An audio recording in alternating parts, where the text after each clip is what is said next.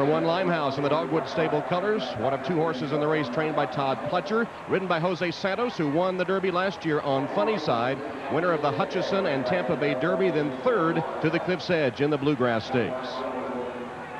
Number 2, Song of the Sword, trained by Jennifer Peterson, giving us 2 female trainers in the race. First time that's happened in 130 years. Second in the Illinois Derby, third in the Lexington Stakes at Keeneland. The 3-horse, and everyone expects him to go to the front, Lionheart, under Mike Smith, just arrived this morning. He's been training at Keeneland, about 80 miles away. The owners paid $1.4 million for him as a 2-year-old. Second in the San Rafael, second to the Cliff's Edge in the Bluegrass Stakes. Number 4, Action This Day, the champion from a year ago after winning the Breeders' Cup Juvenile, trying to break the jinx. Since his win in the Breeders' Cup, he's been 4th, 7th, and 6th. Number 5, Wimbledon, was scratched. Number 6 is Friends Lake, trained by John Kimmel, off 7 weeks since winning the Florida Derby at odds of 37-1. No horse since Needles in 1956 has come in and won the Derby without a race in April. Number 7 is Minister Eric. Minister Eric, giving Pat Day his 22nd Derby mount, was second in the Breeders' Cup Juvenile to Action This Day. Has had no stakes experience since then, though. 3 allowance races, including a win at Keeneland in his last. Number 8 is Master David. That's the Frankel trainee, ridden by Alex Solis. Second in the Wood Memorial after a 2-month layoff because of illness.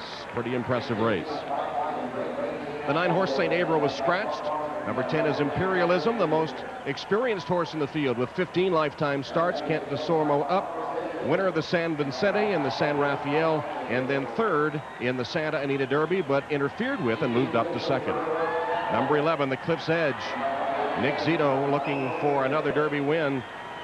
This was the least impressive of his Derby horses to start the year. Now he is the best of his Derby horses. He's named for Equibase and Racing Form chart caller Cliff Gilliams, winner of the Bluegrass Stakes. 12 is Borrego. It's horns in Spanish. He has a couple of calcium deposits at the top of his head that kind of look like horns. That's how he got his name. Bo Greeley not only trains, but is part owner and part breeder of this colt, who is a late foal May 17th and has been second his last 3 starts. There's Birdstone in the Mary Lou Whitney stable colors, the famous Whitney Eaton blue and brown with Whitney bloodlines as well. He's had a rough spring, though, since winning the Champagne in the fall. He was 5th in the Lane's End as the favorite and then got sick, trying to make a big comeback today in a tough spot.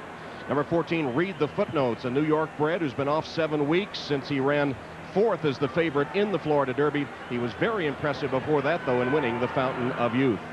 15 is Smarty Jones, that $5 million bonus, and Stuart Elliott, first time in the Derby, but he's 39 years old and has ridden over 3,000 winners.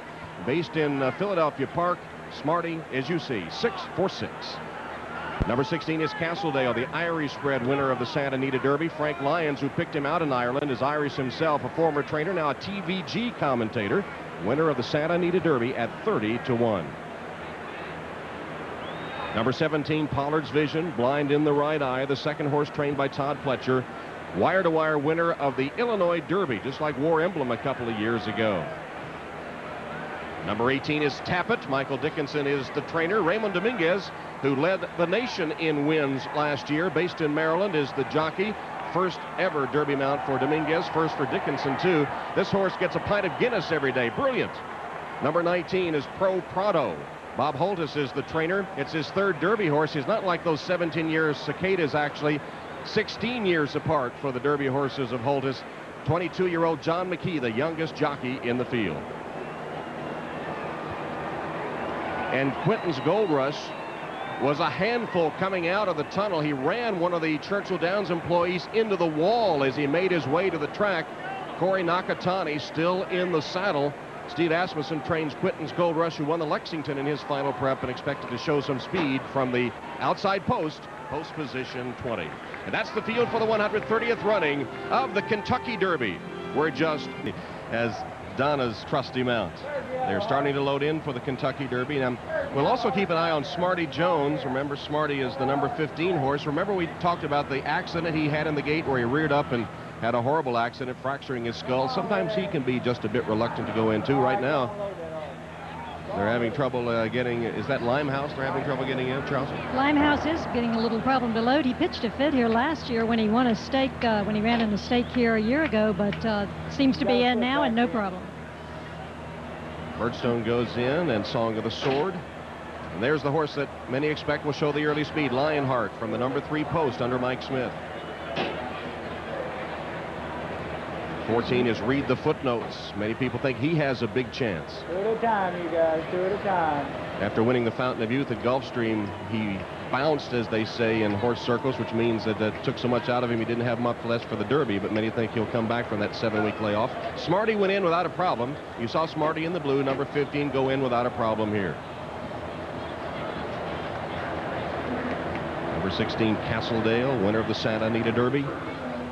17 is Pollard's Vision, blind in the right eye. They try to keep him on the outside so that he can see all the horses inside him, and you'll see him cock his head a little bit to get full vision from his good left eye. Number 8, Master David, goes in. There's the 18, Tappet, one of the betting choices. And for the call of the 130th Kentucky Derby on a sloppy track, let's go upstairs and join Tom Durkin for the call. Tom? Pro Prado moving into post position.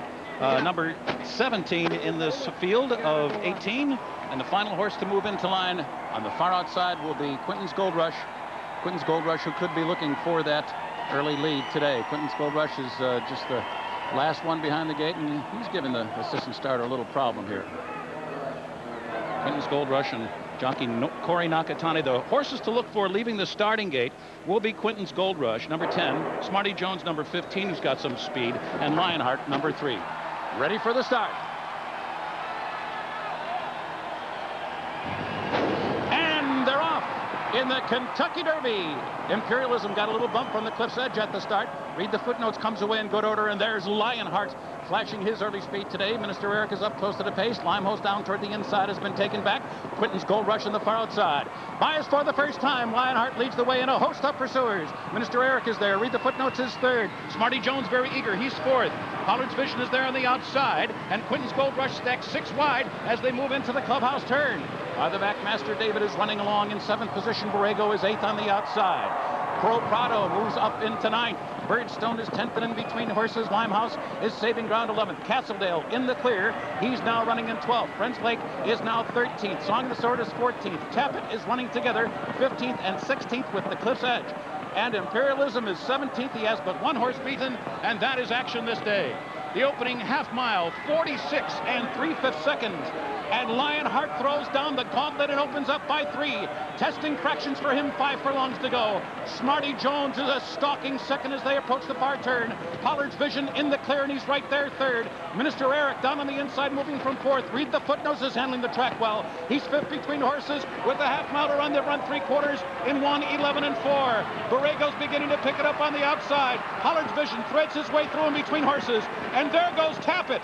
Tappet is circling horses on the far outside, and the cliff's edge is following him, and Imperialism is pisking his way through, down toward the inside, now to the outside, and Master David follows him. They're 12 lengths from the lead as Lionheart turns for home, and undefeated Smarty Jones comes wide off the turn, and these two hook up at the top of the stretch.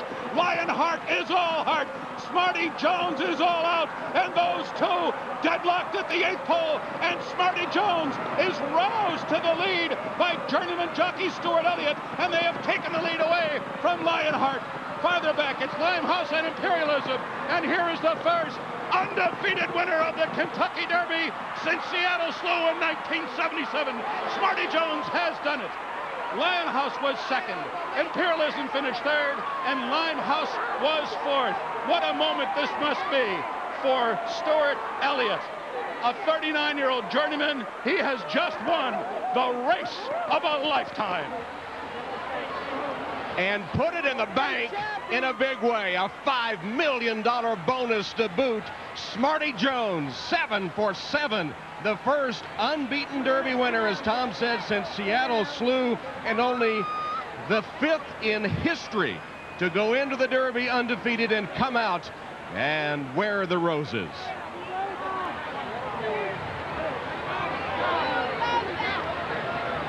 Dreams of a lifetime realized in the slop at Churchill Downs. Come on, honey. Okay, I got him. Interesting. Stuart, that is unbelievable. Your first Kentucky Derby, you win it. How does it feel to be here? Oh, I can't explain how it feels. It's magnificent. It's just unbelievable. I mean, I just can't tell you how good it feels. Stuart, this horse, we talked about him before, and you said that he was very rateable, but I saw in the post-parade you didn't do very much with him. Were you just trying to keep him quiet? Well, you know, that's the routine. We just always try to just let him walk and keep him relaxed, so that's just the routine. So did you get the trip you expected to get? Yes, actually I did it. It was a little, kind of bunched up a little bit there going into the first turn, but everything went good. From the 15 post position, you were able to get over okay? Yes, yeah. Stuart, a lot of people second-guess John Service's decision to stick with you. You've won over 3,200 races and had people second-guessing whether or not you could win this one. How did you feel about that when they were saying things? I wasn't worried about it. I mean, you know, hey, I knew I had a good horse. You know, I knew if things went good, we both do our job, we got a big chance. Stuart, you got the job done today. Congratulations. Now go celebrate. Tom, it looks like we might have a champion on our hands here. Can you imagine the emotions of Stuart Elliott? First time he has been to the Kentucky Derby, rides the favorite, stalks him, and goes by to win not only the Derby purse, but the bonus as well. His owner, who celebrates his 78th birthday in 3 days, and his trainer, who stuck with him when others urged him to get an experienced jockey. For the first time since Ronnie Franklin on Spectacular Bid in 1979, a first-time Derby rider takes home the roses.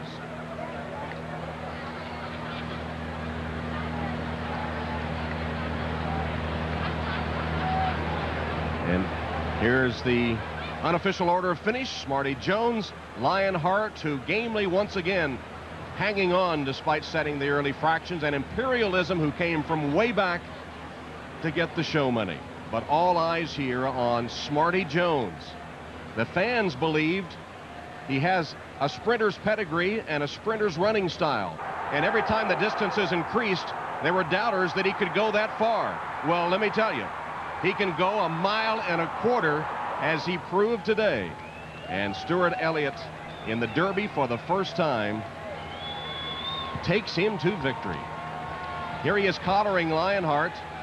In Chelsea at this point, Lionheart hangs gamely, but you can see Stuart Elliott picking him up, going left-handed with a whip, and Smarty pulls away. And speed is always dangerous. Speed is particularly dangerous in the mud. Lionheart turned into the stretch looking pretty tough, but here's the toughest one of all. Smarty Jones has always been the consummate professional, but what he's had, Tom, is brilliance. He ran the fastest Rebel Stakes in 15 years down in Arkansas. He's got speed, he's got determination, and he's got the ability to get 1.25 miles. Indeed, he did it. And he's got the money now. And as they came down the stretch,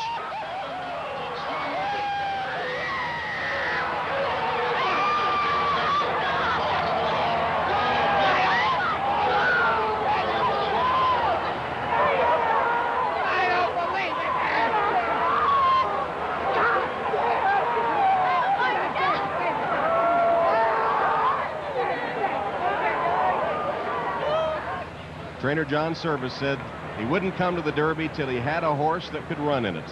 And run he did. The second Pennsylvania bred to win the Kentucky Derby, Lily T, ridden home by Pat Day in 1992.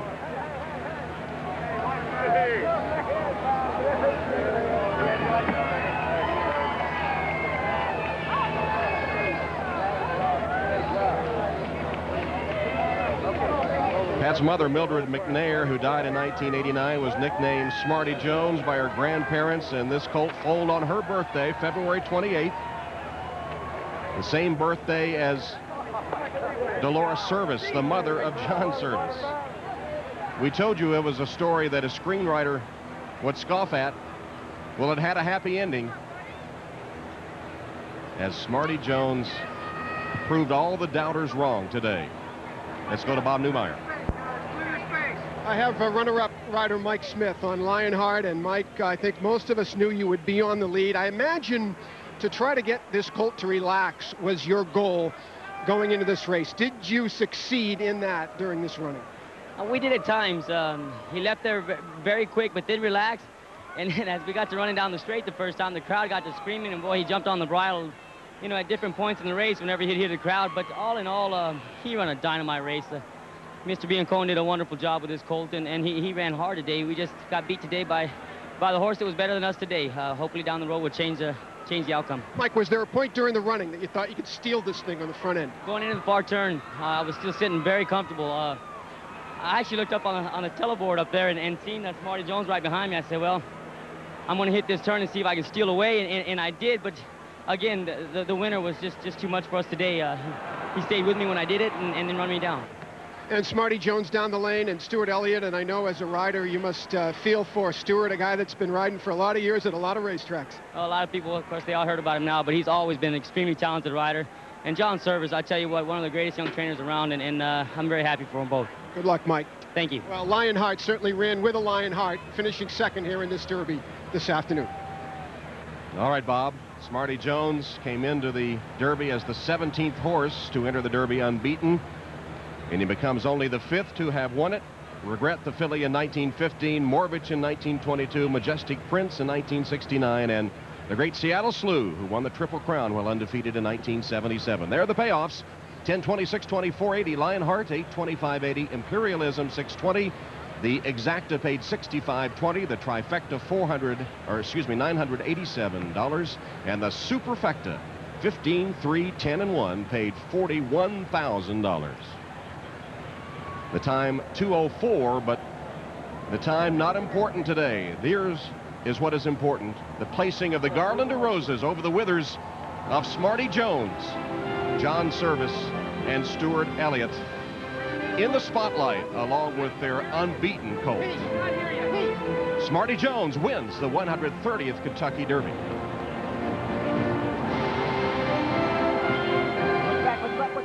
Despite the rain and the reconstruction inconvenience, applauding Smarty Jones in the Derby winner's circle. Here's the official order of finish. Smarty, Lionheart, and Imperialism. Limehouse ran well. The Cliff's Edge coming from way back. Action this day. Read the footnotes. Birdstone, Tappet, Borrego. Song of the Sword, Master David, Pro Prado, Castledale. Then Friends Lake, Minister Eric, Pollard's Vision, and Quinton's Gold Rush. And we're joined now by Jerry Bailey, the champion jockey who was put out of a Derby mount when Wimbledon was scratched. Jerry, that's our fortune, because you join us here to give us a little expert race replay. Stuart Elliott and Smarty Jones. As we looked at the break, he got away easily, quickly, without a problem. That was important in an 18-horse field, right? It always is. I talked to Stuart. He said he's a good breaker. He did break well today, which is not a given in the Kentucky Derby. And Stuart basically made it as easy as you could make it, and that's the whole idea of being a jockey, is trying to give your horse the easiest, cleanest trip that you can, and it actually, to the public, it makes it look like we were just a passenger. Now, I got in a little tight here. There's like 5 of them across the track right behind Lionheart. Yeah, he did, and he didn't panic. Stuart did a great job. He held his ground. He knew where he wanted to be going into the turn. He tucked inside Mike Smith. I think everybody knew Mike's horse gets out a little bit. He's notorious for being in the 4 or 5 path. I thought Stuart ran a really great race here. Jerry, you've always said that the 3 most critical points in the race are the start, which Smarty Jones did well, the first turn, which went smoothly for him, and then the 3rd critical part is where you said it was most important today for Smarty, and that's starting into the 2nd turn. Exactly. I mean, I think he held his ground enough to hold his position in the 1st turn. Now he's going up the backside, and he has no decisions to make yet until he decides to go after the leader. And he's got a handful of horse here. He's just sitting against the bridle. Believe me, Stuart's feeling pretty good right now. He's got a big smile on his face, as well as the horse. And I think Mike did a good thing. I think he tried to steal off, but Stuart was very aware of what he was trying to do. And you'll see as they go around the bend, he asks Smarty Jones, and he accelerates so that he doesn't lose any more distance between he and the leader. Now he's going to ask him to run a little bit. He's taking aim now. This will be the critical part, right? I think this was a very important part for Stuart, but he knew how much horse he had. He knew he could catch him. He didn't ask him for everything, but he asked him for enough to where Mike wouldn't get away from him. Well, Stuart Elliott has been the only one to ride Smarty Jones throughout his career, and there's Mike Smith on Lionheart, and they turn for home, and the battle is joined right here. I think the only thing Stuart's worrying about now, if anybody's coming from behind to catch him, but he knows that his horse is running full out. He's not stopping. He's pretty, I would have to think he's pretty confident right here. And Stuart changing the whip from right to left. I mean, you thought he rode this race 1,000 times. One thing we know for sure, there was a lot of celebrating at Philadelphia Park this afternoon. The Smarty Computer Jones. Associates race replay. And Smarty Jones and Stuart Elliott. Elliott switching sticks right hand to left hand and back down the lane. And John Service with a smile as wide as from here to Philadelphia after Smarty Jones wins the Kentucky Derby. We'll be back for the presentation of the trophy and all the post-race hoopla in just a moment.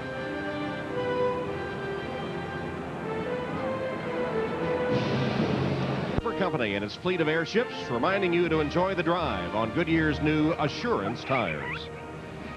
John Service, you see the blimp above his head here at Churchill Downs. Coming into today, Smarty Jones had earned $878,000.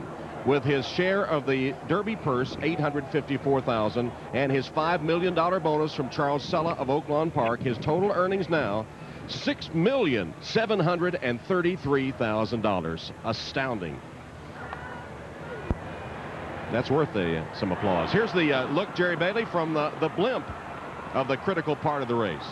Yeah, as I said, Stewart was pretty calm about the whole thing, and you'd have thought he'd been riding at Churchill all his life and the Derby every year. Switch sticks. I mean, he was just flawless on this ride.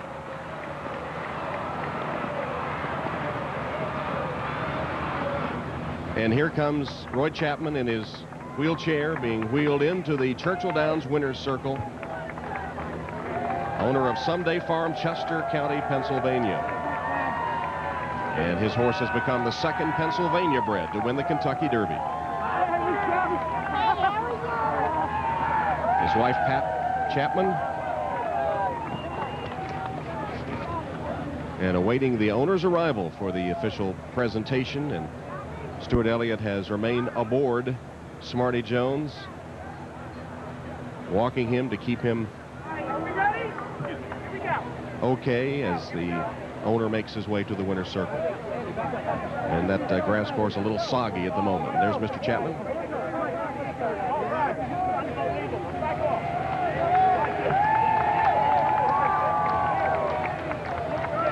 The groom, Mario Ariagas, deserves some credit as well on the Smarty Jones team.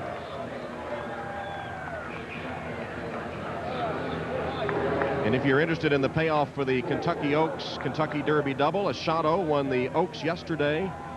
Smarty Jones wins today, and that Derby Oaks double pays $60.20. Posing for the official photo.